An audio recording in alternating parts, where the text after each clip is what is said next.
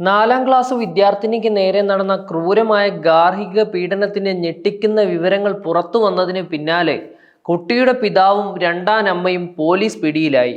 Alappuzha Nooranad police station പരിധിയിൽ നടന്ന ഈ സംഭവം കേരള സമൂഹത്തെ ഒന്നാകെ ഞെട്ടിച്ചിരിക്കുകയാണ്.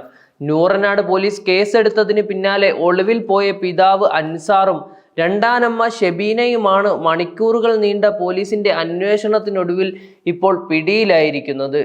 കുട്ടിയുടെ ശരീരത്തിലെ പാടുകൾ കണ്ട് സംശയം തോന്നിയ അധ്യാപകരുടെ സമയോചിതമായ ഇടപെടലാണ് ഈ ക്രൂരത ലോകമറിഞ്ഞതിന്റെ പിന്നിൽ. അധ്യാപകരുടെ ഇടപെടൽ നിർണായകമായി.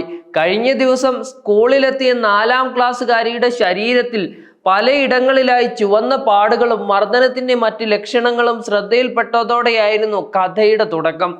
കുട്ടിയെ ക്ലാസ്സിലിരുത്തി വിവരങ്ങൾ ചോദിച്ചപ്പോൾ അവൾ ഭയത്തോടും സങ്കടത്തോടും കൂടി പറഞ്ഞ കാര്യങ്ങൾ അധ്യാപകരെ ആകെ ഞെട്ടിച്ചു കളഞ്ഞു.